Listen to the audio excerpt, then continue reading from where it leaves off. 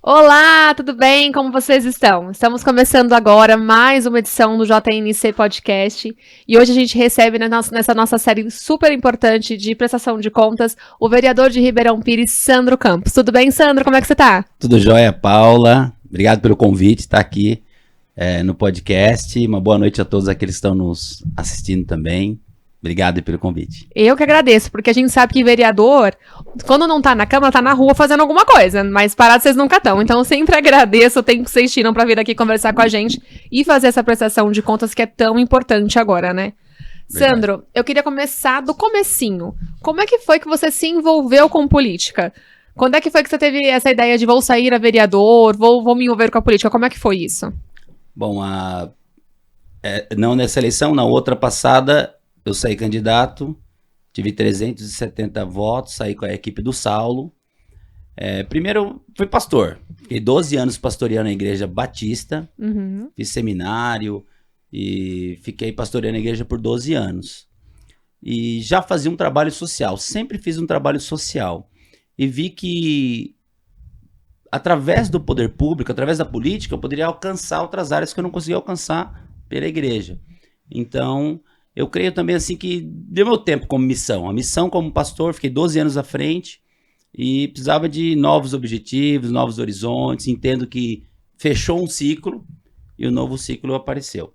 Então, surgiu realmente do desejo de estar vendo que a gente podia fazer alguma coisa através da política. Então, saí pelo PSC, Partido Social Cristão, pela primeira vez. Até o partido que eu poderia ter ganho a eleição, porque era o G do Aliança, o Anderson, o Alessandro e eu. E o G entrou com 470 votos. E você teve 370. 370. Então, por 101 votos, eu já ganhava a eleição na primeira vez. Mas me deu experiência, algumas coisas eu aprendi. E nessa última eleição, sou grato muito ao Clóvis, porque o Clóvis ele teve uma visão política. Quando eu fui para o grupo do Clóvis, ele falou, olha, se você vier para o PSB, que na época o Amigão era o vice, e o Clóvis estava com o PL.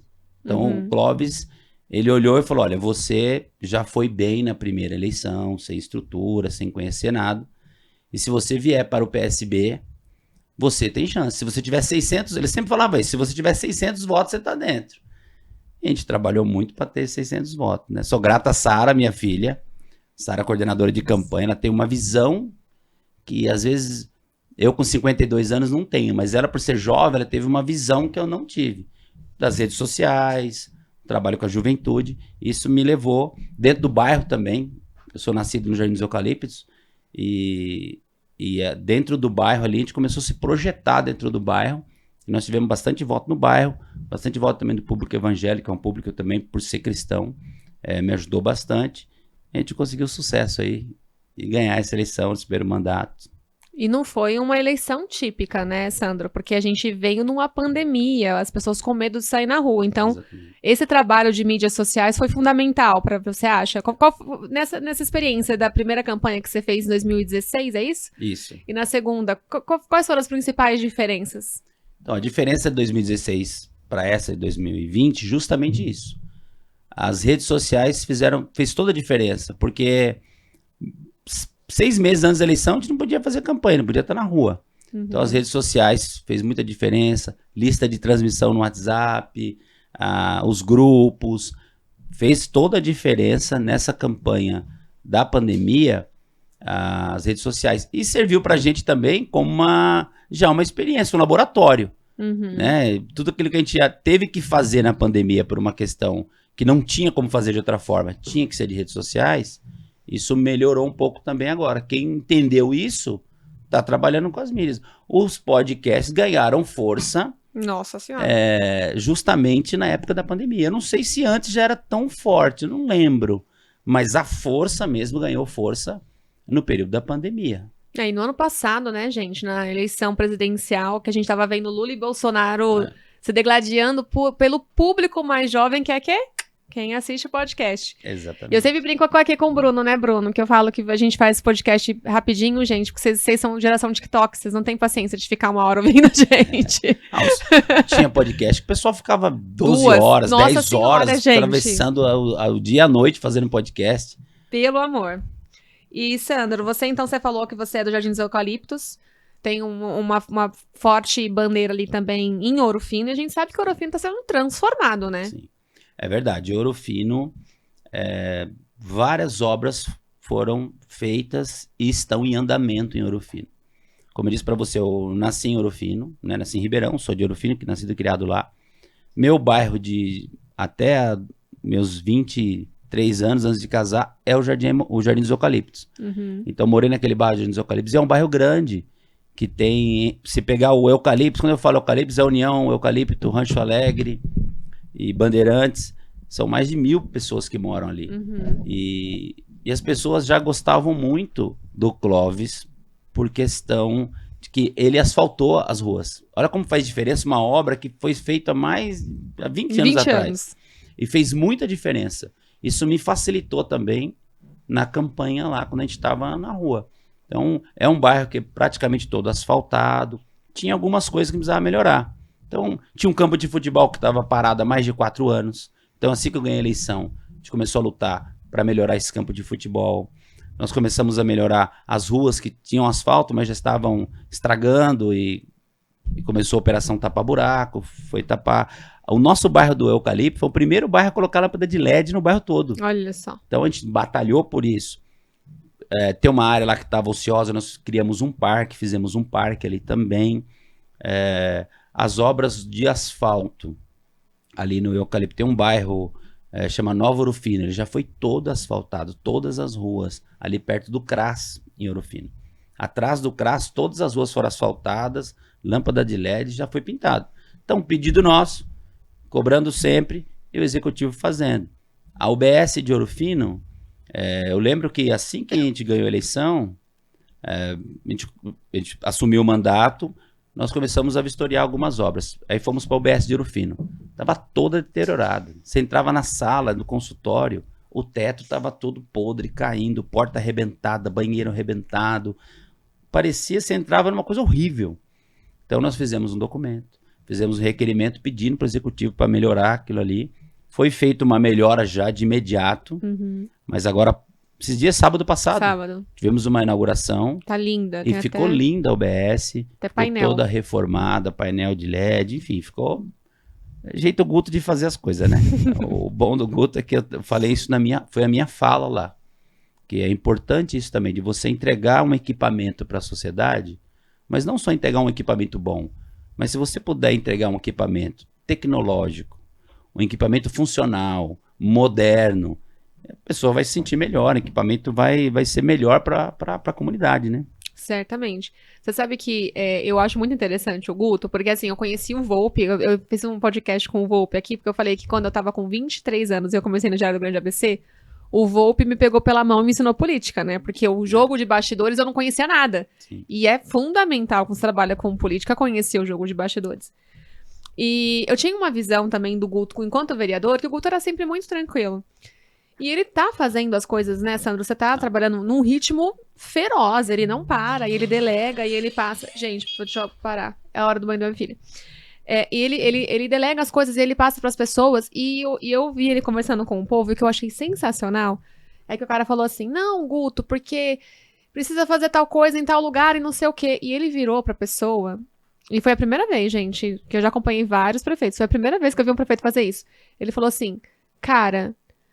A gente quer fazer, mas eu quero que você entenda que nesse momento, fulano que mora na rua tal, não tem asfalto. Nunca teve asfalto. Então eu vou lutar pra terminar o asfalto desse cara. Depois a gente vai conversar sobre essa obra. Sim. Mas agora, a minha prioridade é o asfalto lá em Ouro Fino.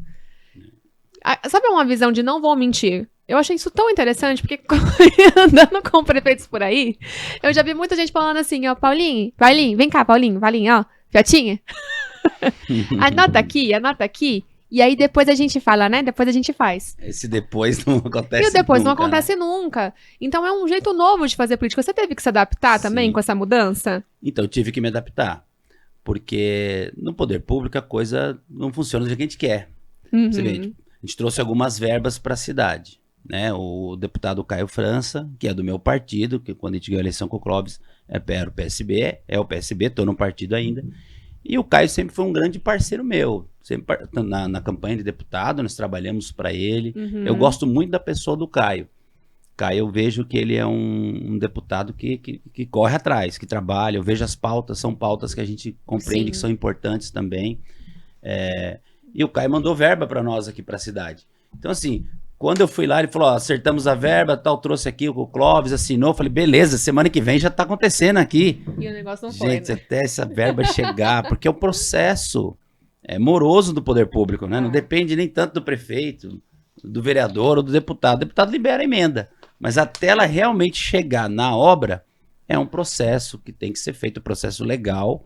Agora, me parece que vai abrir as demandas da Lesp aqui para os deputados. Então, a gente pede agora as demandas, aí para vir o ano que vem, para depois começar a sair. E o prefeito tem que fazer o jogo de cintura, né? Tem que correr atrás.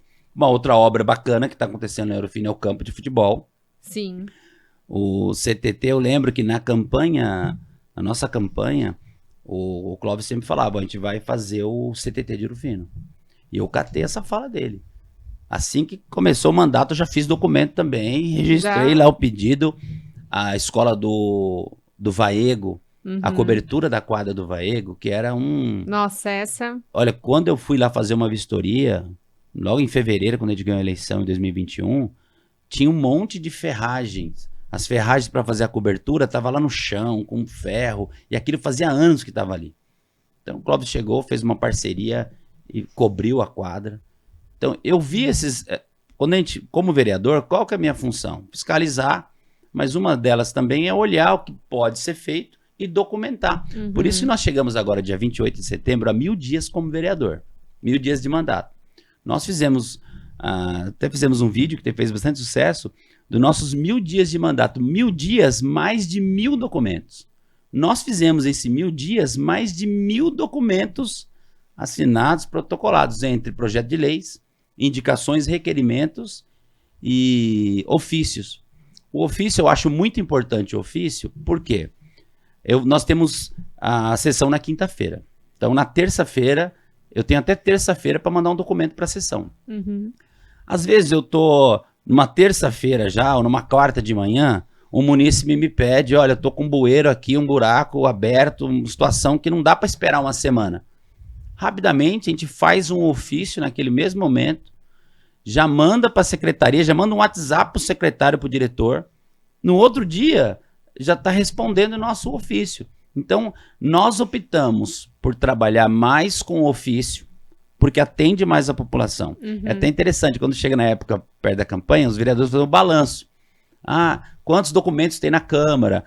Quantos projetos de lei, quantos requerimentos, quantas indicações, que são o que entra na sessão. Sim. Nós temos uma quantidade boa também de documentos, mais de 400, mas nós fizemos muito mais ofício, porque eu não quero só aparecer lá na Câmara que eu estou fazendo.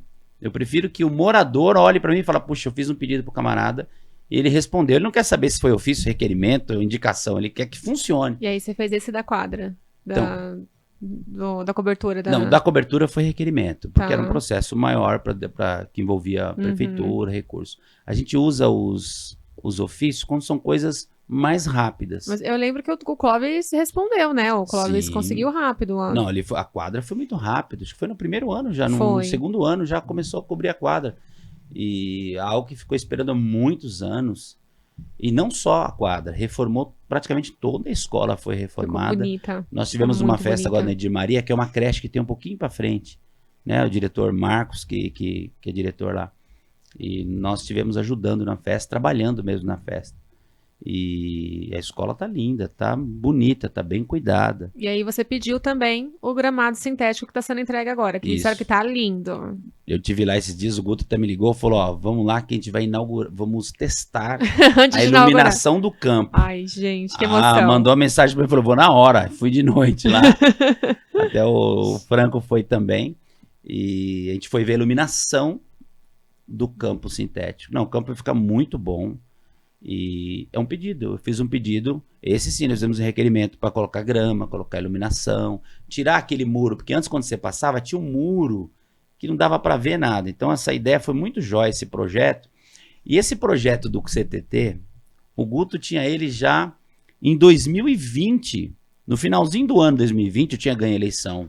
A eleição foi em dezembro, não, foi em novembro, né? Foi em novembro. Foi novembro. Por conta da pandemia. Foi. Dezembro, o Guto me chamou para ir na Lesp, que ele levou um projeto para alguns deputados para trazer recurso para o CTT e me chamou para ir junto. Aí eu fui junto com o Guto. E ele já tinha o mapa, o desenho de como... Ele era vereador. Meu Deus. Nem era presidente da Câmara, nada ainda. Ele era vereador, ele me chamou para ir junto, ele tinha lá o projeto já do campo, tirando do muro, já com LED e tal. E agora tá saindo aí, agora vai ser... Ouro Fino vai ganhar muito com isso. Ouro Fino tá ficando muito bom por conta dessas obras que têm sido feitas, né? Gente, eu acho sensacional, né? Porque o meu marido sempre fica brincando que a favela venceu. Quando a gente mora em bairros mais afastados do centro, a gente se sente muito esquecido, né? Porque toda vez que vai ter alguma coisa, é sempre no centro que fazem as mudanças. Exatamente. Então, quando essas coisas, igual você falou, iluminação de LED, gente, essa sensação de segurança de você andar na rua, porque a gente sabe que o busão não vai parar na porta de casa, a gente tem que ir andando. É verdade. E não é pequeno o caminho. É. Então, assim, é sensacional a gente ver que as melhorias estão chegando para todos. Eu imagino você que cresceu e morou lá e consegue ver essa diferença agora, né, Exatamente. Sandro? E aí, você tem uma coisa muito legal que eu queria falar antes de começar das outras coisas, que foi que você saiu contando o carro na rodovia Tibiriçá. Eu vou falar que ontem que a gente teve a greve, quase liguei pro Sandro. Sandro, vai lá contar carro? Vai lá contar carro para falar para mim como é que tá o trânsito. Cara, isso foi uma sacada... Porque o meu desejo era realmente chamar a atenção do Departamento de Estradas e Rodagens, do DR, do governo do estado. Por quê? A rodovia ela é estadual. Sim. Então não adianta eu mandar um pedido pro prefeito porque não é municipal. E por morar na rodovia e por morar ali em Ouro Fino, usar a rodovia todo dia, né? Então assim, a gente vê a quantidade de acidentes que acontecem na rodovia Tibiriçá. A rodovia Tibiriçá é conhecida como rodovia da morte já. Eu tenho pavor, eu tenho muito medo. É uma média de uma morte a cada 30 dias. Todo dia tem acidente na rodovia. Todo dia, seja ele de grande, médio ou pequeno porte. Todos os dias. E nós fizemos documento para o DR já pedindo o fechamento da rodovia, o fechamento do meio dela, uma mureta na extensão toda de Ouro Fino. Por quê? As pessoas que moram no bairro, na parte de cima, elas atravessam a Tibiriçá para acessar Ribeirão Pires. Sim. O retorno é muito longe, lá perto do CTT, quase em Palmeiras, dá 3 quilômetros. Caraca. Então, as pessoas, para não ter que fazer esse retorno, que você vai 3 para ir, 3 para voltar, já são 6 quilômetros. Se for 2, 3 vezes para o fim, você gastou 30 quilômetros de combustível. Então, mas uma vida vale mais do que qualquer coisa. Então, nosso pedido é esse fechamento da mureta da rodovia. Junto com esse fechamento da mureta, pedir uma rotatória, um retorno antes da linha do trem, para quem mora nos bairros aqui de Ouro Fino, do Eucalipto, União, Bandeirante, Rancho Alegre, antes daquele posto Shell. É uma maneira da pessoa retornar antes da linha do trem e não ter que ir lá em quase em Palmeiras fazer. Então, esse é o nosso pedido, fazer uma mureta na rodovia, fazer essa rotatória e esse retorno, uma rotatória. E onde os ônibus param no meio da pista para a pessoa entrar ou sair. Então, olha o perigo. O ônibus ele tem que parar na pista. Então, nosso pedido também é que faça um recuo para o ônibus poder sair da pista, a pessoa poder acessar o ônibus, a pessoa poder descer, para não ter risco de acidente. Então, mandei ofício, primeiro ano, segundo ano, terceiro ano, às vezes responde, às vezes não responde. Então, a gente falou, então vamos chamar atenção. E quando responde bem genérico. Vamos resolver, vamos ver, vamos fazer, estamos fazendo. Falei, vamos acampar. Vamos fazer 24 horas. Aí compramos um contador, né, Sara? A Sara foi atrás, falei, se vira, arruma um contador. Compramos um contador, oficializamos, montamos uma barraca e ficamos 24 horas. Aí cada carro que passava, ficava assim, ó. Passou 35 mil carros de uma segunda-feira. Nós começamos 9 horas da manhã e foi até as 9 horas da manhã da terça-feira. Em 24 horas, passou 35 mil carros. Então, assim, é muito carro. Muito carro. Porque até a DR tinha uma estimativa que passava em torno de 15 mil carros. Nossa. Só que eu acho que eles contam esse carro ali próximo daquele restaurante praiano, de ter o posto de guarda na rodovia. Ali tem uma balança. Ali realmente pode ser que passa apenas 15 mil carros. Só que aqui em Ouro Fino, a gente tem o trânsito de quem vem do centro. O fluxo local, que é sem parar. Então, nós resolvemos mostrar para o DR que não passava 15 mil, que passava muito mais. E, na verdade, foi 35 mil carros que passou em um dia. E aí? Quando foi umas 10 horas da noite, o pessoal da DR chegou lá. O diretor da DR chegou. E o que você está fazendo aqui? Não pode ter autorização. Nós tínhamos autorização, claro. A gente pegou autorização da polícia, tudo para poder ficar ali. E do centro da rodovia para o acostamento, você tem que ter 12 metros. Nós estamos exatamente nos 12 metros e 1 centímetro. O André do Vivo, até quero agradecer o Andrezinho. O Andrezinho fez uma cobertura lá muito legal. O Andrezinho foi lá e quando o Andrezinho estava lá fazendo o vídeo dele, a cobertura, uma moça queria atravessar para o lado onde nós estávamos, sentido Ribeirão, para pegar o ônibus. E não parava de passar carro e ela perdeu o ônibus. Então, assim, a dificuldade até de quem quer pegar o ônibus que está do lado de lá e não tem condição. Nós pegamos todo esse documento e levamos para a Lesp. Levamos para os deputados. Levamos para o deputado Caio França. E ele até falou lá na tribuna da Lesp e tal, se tornou um parceiro nosso nessa luta. E ele marcou uma reunião agora, uma audiência que a gente vai ter com a superintendência do DR. Então tá para sair esses dias agora essa reunião, onde nós vamos ter essa reunião com a DR e mostrar esse material que a gente fez, essa luta que a gente está tendo com a rodovia. Mas foi muito válido esse trabalho, né? Vai vir mais 24 horas de outras coisas aí, né? Nós já estamos planejando, né, Sara? Conta pra gente, planejamento já. Tem uma loucura que a gente vai fazer, a gente não pode falar ainda, meu né? Deus! Mas vem uma aí. Sara, aí você me manda agora, vem uma 24 horas aí que a gente vai chamar o Jornal da Nossa Cidade para fazer a cobertura. Vai, aí vocês chamam, a gente divulga bastante antes. É importante fazer essa divulgação para a imprensa.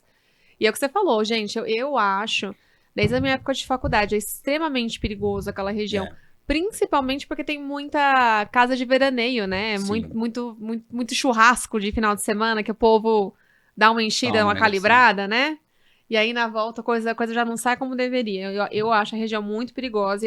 Eu achei muito legal o trabalho que vocês fizeram. E aí, eu queria que você falou um pouco sobre isso, que você foi pastor, né? Batista. Como é que foi isso, esse afastamento da igreja? Essa decisão de sair um pouco da pauta da igreja e focar como vereador? Sim, então, como eu disse, eu fiquei 12 anos à frente da Igreja Batista. Construímos a igreja, montamos uma equipe. Fui o pastor presidente durante 12 anos. E um ano antes da eleição, em 2019, já com o desejo de sair candidato, eu me afastei da presidência. Reuni a equipe da igreja. Falei, olha, eu estou saindo da presidência, eu acho importante sair da presidência, porque até algumas pessoas falavam, dá para você continuar sendo pastor e sendo político. Até poderia, porque a religião não muda o que você é. Porém, eu não consigo fazer duas coisas bem ao mesmo tempo. Eu não conseguiria estar no altar, pregando, cuidando, presidindo uma instituição como a Igreja Batista e ao mesmo tempo sendo vereador. Então, a minha primeira fala, no dia 1º de janeiro de 2020, quando eu assumi, falei para os vereadores, não me chamem de pastor, me chamem de Sandro. Foi a pior bobeira, que só me chamam de pastor. Aí o PC, esse é o pastor. Eu ficava bravo, então qualquer apelido ou qualquer coisa que você não quer, não fala. Não era por nada, não estou desmerecendo o pastoreio, a unção sacerdotal, não estou. Eu sei da minha posição em Deus, com a minha fé, com a minha crença, estou convicto disso, ninguém pode falar o que quiser, não vai mudar. Mas eu entendi que eu não poderia estar à frente da igreja, eu não poderia assumir as responsabilidades que a igreja tinha e ao mesmo tempo ser político, estar no poder público, estar como vereador, porque eu não trabalho, porque sabe o que poderia acontecer? Eu vi isso alguns políticos que são pastores acontecer. Fazerem o mesmo. Pode ser que eu poderia cair nesse mesmo erro, de trabalhar o seu mandato em pró da igreja. E eu tenho que acreditar que a igreja não precisa de um político, a igreja precisa de Deus, né? Se eu precisar. Para que a igreja precisa de um político? Por que a igreja precisa de mim para defender qualquer pauta para a igreja? Eu não acho que não precisa. Então, eu não queria cair nesse erro, de estar lá e de repente começar a defender a minha igreja, a falar da minha igreja. Eu vou mais hoje, Paula, eu vou mais em outras igrejas do que na minha igreja. Eu vou na minha igreja praticamente uma vez por mês, né, Sara? Uma vez por mês eu vou na Fonte de Avivamento, que é a nossa igreja. Eu vou uma vez por mês lá. E todos os domingos eu estou em alguma igreja. Eu sempre estou visitando. Por quê? Na época da campanha, mesmo já acabando a pandemia, eu visitei umas 40 igrejas. E eu vi que muito político só vai na igreja na época de campanha. Sim. Isso, e quando eu estava à frente da igreja, me incomodava. E eu falei, não, eu não vou fazer dessa forma. Eu ganhei a eleição. E já fazem 3 anos que todos os domingos eu vou em uma igreja diferente. E não liga pro pastor, não fala assim, ó. O Guto até foi comigo numa igreja na 4ª divisão esse final de semana, na igreja do pastor Gilson. Uma igreja linda, quero mandar até um beijo pro pastor Gilson. É uma igreja Adonai lá na 4ª divisão. Uma igreja grande, linda, bonita. O Guto se surpreendeu quando ele chegou lá. Eu vou sem avisar. Chegou lá e falou, ó, tô indo. Já Aí levou o o prefeito. Guto falou, ó, Sandro, vamos também, vamos. Chegamos lá, foi muito bacana. O pastor ficou até surpreso, assim, nossa, o prefeito aqui, ele orou pelo Guto, falou da importância de ter uma autoridade lá. Porque os evangélicos têm uma coisa interessante. Eles reconhecem a autoridade sobre a pessoa. A Bíblia me ensina que toda autoridade é constituída por Deus, não importa qual seja. Ah, eu não gosto do Lula, não gosto do Bolsonaro, não importa. Se você gosta da Bíblia, a Bíblia diz que toda autoridade foi instituída por Deus. Então, você tem que entender que aquela autoridade foi Deus que instituiu. Então, eles têm esse respeito, acho que isso é muito importante. Esse respeito que a igreja tem com os... E os pastores gostam muito do Clóvis, viu? E o Guto tá aí na mesma pegada. Ele sempre vai... Sempre que eu tô numa igreja, o Guto tá... Eu vejo que ele vai com outras pessoas. Também é importante isso, né? Sim. Porque nós somos hoje, Paula, quase 40% da população. Esse censo agora não contou os evangélicos, mas em 2010 nós já éramos quase 32%, 35%. Você pega Ribeirão, que tem 120 mil pessoas, você tem 40 mil pessoas em Ribeirão que declaram-se evangélicos. Pode ser que não frequenta, vai um pouco, vai mais, mas declaram-se evangélicos. E esses evangélicos, eles têm pautas, têm... Demandas. Apesar que eu não defendo pauta, eu não estou lá para defender pauta. Esses dias tivemos uma questão lá na Câmara que foi... Pegou fogo. Pegou fogo. Tchá! Eu realmente não falei, porque assim... Aí, até algumas pessoas perguntaram, mas você é a favor do aborto? Acho que ninguém é a favor do aborto. Ninguém é a favor do aborto. É claro que eu sou contra o aborto, eu não sou a favor do aborto. Aliás, sou a favor da vida, seja ela com um dia de vida ou com 30, 40, 50 anos. Então, assim, eu sou a favor da vida. Eu não sou a favor que coloque uma pena de morte para uma criança, nem para um adulto. Então, sou contra a pena de morte, seja ela em qual etapa da vida for. Naquela situação da Câmara, aflorou muito, porque as pessoas querem imitar nesse momento agora também. Tem a questão de imitar. Sim. Eu vou defender a pauta que eu vou imitar, então eu não tô para isso. Mas a questão, alguns me perguntaram, poxa, você é a favor do aborto? Sou completamente contra, claro. Porém, ali não era só uma questão de se fosse uma votação, você é a favor ou contra? Eu vou votar contra. Só que ali tinha uma questão que eu também acho importante. De ideologia. Estava fazendo, nem por ideologia, mas o vereador, acho que ele não parou, acho que ele não teve essa dimensão de que ele estava fazendo uma nota de repúdio a uma mulher, né, do Supremo, uma mulher que chegou no mais alto nível da sua carreira profissional, se aposentando. Quem sou eu como um cristão, Paula, para fazer uma nota de repúdio para uma mulher, para uma pessoa, para um indivíduo? Então tem os dois lados. Sim. Mas você sou contra. A atitude dela, o pensamento, a maneira que ela pensa, eu tenho que respeitar. Sim. Assim como eu tenho a minha maneira de pensar. Agora, eu não posso, para imitar, para agradar o meu público evangélico, falar, não, vou votar também, vou ser a favor dessa nota de repúdio contra uma mulher. Aliás, podia ser um homem também. Eu não me sinto no direito de repudiar uma pessoa. Cristo jamais repudiaria alguém. O evangelho não é essa mitagem que estão fazendo hoje. Então, assim, Jesus jamais repudiaria alguém. Quem sou eu para repudiar a tua atitude? Exatamente. Ela teve uma atitude, ela tem um pensamento. O pensamento é dela. Eu posso discordar. Exato. Mas repudiar, fazer uma nota de repúdio, eu não... É contra o evangelho que eu acredito. Sim. Então, bater em mim, você pode ter certeza disso. Muitos evangélicos, muitos pastores. Teve um aí que até trabalha na prefeitura, mandou... Ofício e tudo? Não, ele mandou na lista de transmissão para um monte de pastores a matéria da Folha, falando que, olha, os vereadores não se posicionam. Então, assim, e muitos pastores mandaram para mim, falou que eu recebi aqui da prefeitura. Poxa, Sandro, você é a favor? Então, assim, olha, é até bom esse momento agora, Paula, porque é uma maneira da gente falar. Eu não vou falar isso na Câmara porque eu não quero causar, não tô lá para causar isso. Mas eu não poderia repudiar uma pessoa.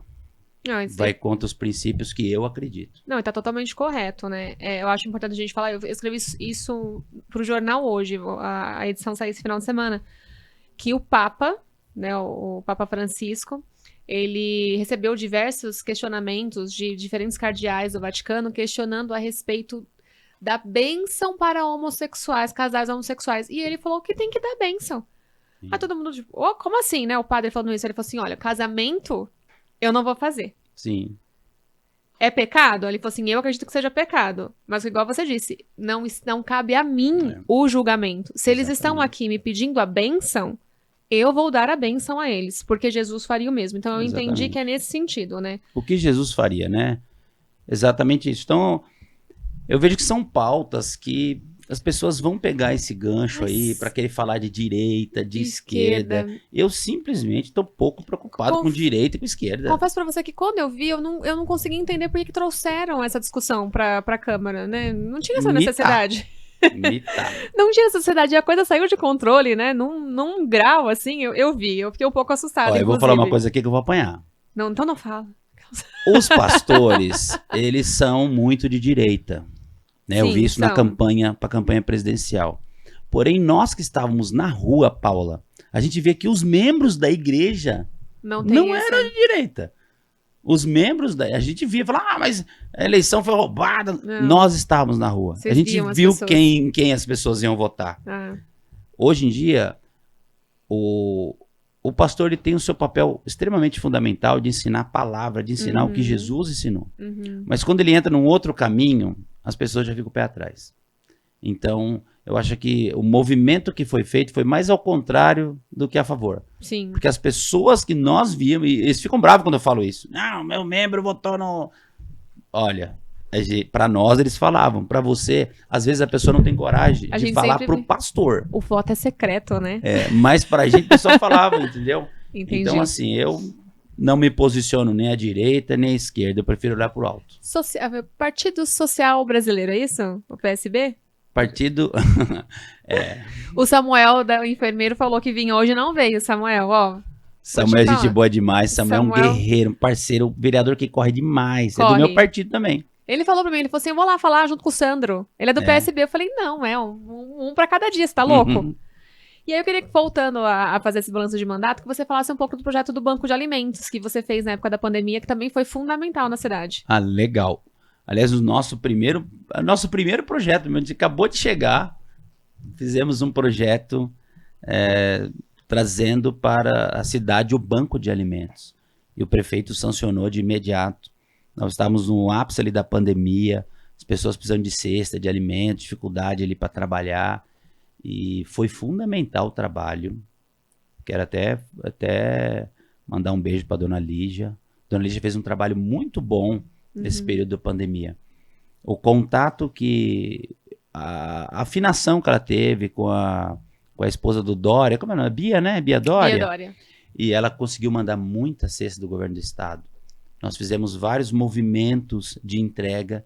E eu achei legal que quando eu fiz esse projeto foi aprovado, e nós fizemos uma barraca de arrecadação de alimentos. Nós fazemos todo ano essa arrecadação de alimentos.